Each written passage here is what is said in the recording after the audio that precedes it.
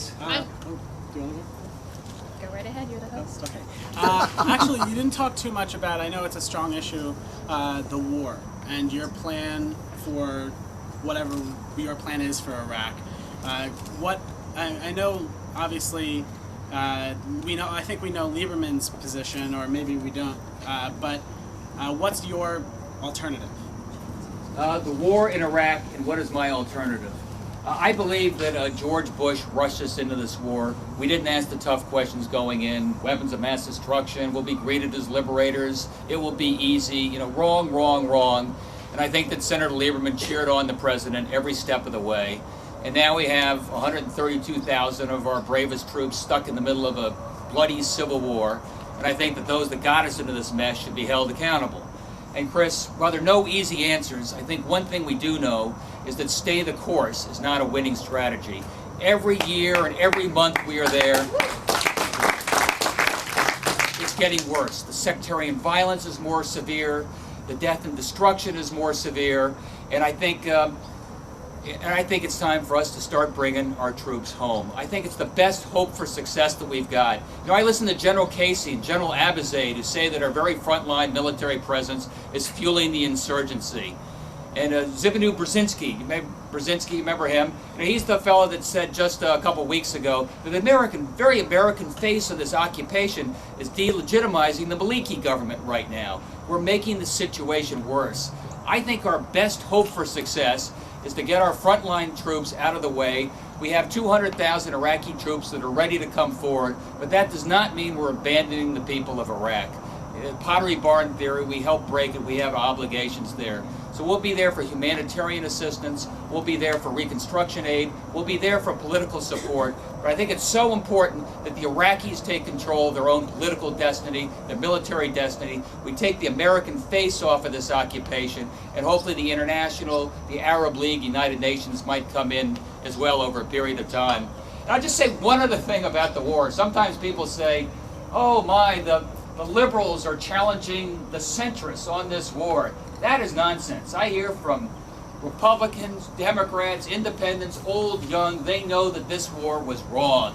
And go along the Memorial Day parades in this state. It's the veterans who are reaching out and say, bring our troops home to the heroes' welcome they deserve. It's 3.5 years later. That's almost longer than our troops were in World War II. This is a problem that is no longer open to an American military solution. It's going to require a political solution, and it's time for the Iraqis to get on with it.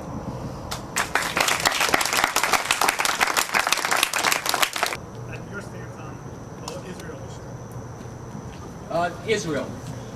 First and foremost, the war in Iraq has done nothing for Israel's security. I think the invasion of Iraq destabilized the Middle East. It took away Iran's historical enemy, and now you have Iran that's emboldened, and when Iran is emboldened, you have Israel that's more at risk.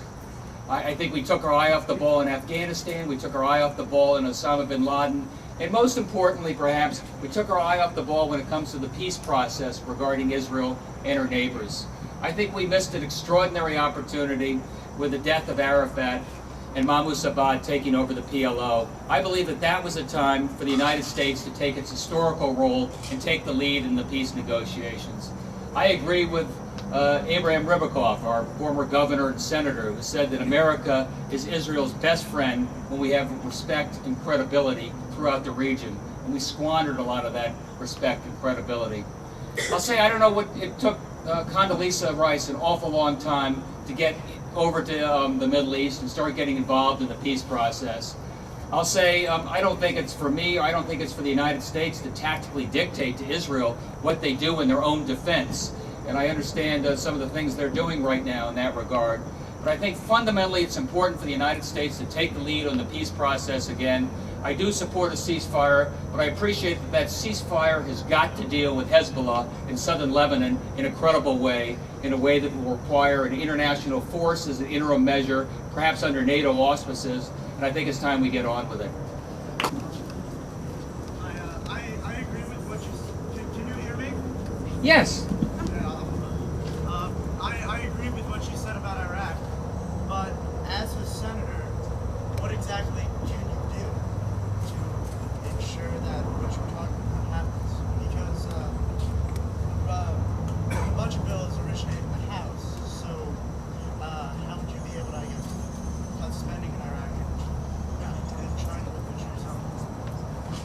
Did everybody hear that question? I think fundamentally people say, all right, we know what, Ned, your position is on Iraq, but what can you do about that when you get to the U.S. Senate, especially given the fact that the Democrats just tried a bill to at least start bringing our troops home by the end of the year, and that didn't pass, and Senator Lieberman didn't even support that bill. That's why this race is so important, if you want to know the truth, because right now we have a race that's 90 days before the general election in November. 90 days. We're out here by ourselves, Connecticut, and the country is going to look at Connecticut, and in some ways this race is a referendum on the war in Iraq and what we ought to be doing going forward. And I think if we stand tall and say what we mean when it comes to the war in Iraq, when it comes to universal health care, when it comes to privacy issues, I think the rest of the country will look at that, and I think that'll be a message you'll hear in November, and I think that'll resonate in this Congress, and I think that's the best hope we have to start bringing our troops home sooner rather than later.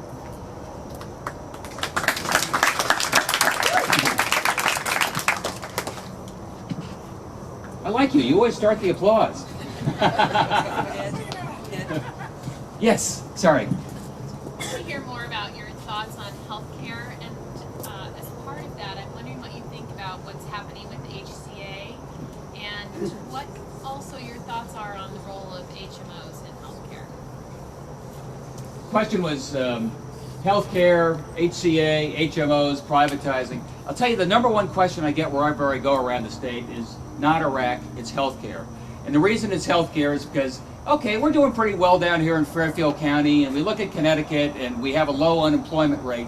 What's happening is a lot of the good paying jobs have left this state. We've lost half of our manufacturing jobs. Yes, people are still working, but they're working in the service sector right now, working for Walmart or a restaurant or whatever it might be. So they're earning less and they're paying much more for their health insurance. And given the skyrocketing costs of healthcare in this country right now, employers are beginning to walk away from their historical obligation to provide health insurance to their employees. 2/3 of the people who don't have health insurance in this country have somebody working in the family, a 40-hour work week. So I think it ought to be, I like Democrats to stand up and say what they're for and be clear. I think the Democrats ought to say universal health care for everybody is a basic right for every American, and that's something we're going to fight for. I'll say two things about what's required to do that. I mean, I'm a small business guy. I started up a business. We build systems for college campuses. And I can tell you that the cost of healthcare is crushing small business. It's obviously crushing General Motors and Ford. And more of that is being pushed on the employees. And that's why you see the bankruptcies and the increasing rate of uninsurance in this country. So I think we got to do two things. One, make healthcare more affordable for small and mid-sized businesses. And you do that by letting us buy into Medicare, buy into FEHB or the congressional program, buy into some of these larger pools that reduce the cost of healthcare and reduce the risk that we have. If you've got 40 employees and 2 of them get sick, your healthcare premiums go through the roof, and that's when people start losing their insurance. So that's point number one. And point number two, I think every employer has an obligation to provide health insurance for their employees. That takes care of almost all the uninsured. The rest are kids, and we do that with an expansion of Medicaid and the CHIP program. We'll provide some subsidies and the such that make that easier for the dry cleaner and some of the smallest businesses as they move towards providing a health insurance. But I think it's important. It levels the playing field. It makes health care available to each and every American, and it also will reduce the cost to the employer. I just say one last thing on health insurance, and that is that I do believe that the federal government's going to have to get more involved in health insurance. At the end of the day, I know that we had John Kerry here some time ago, and John Kerry had, I thought, a pretty insightful idea when it came to health care insurance. He said, at least let's get that catastrophic piece of that over above $25,000. Make that a federal obligation.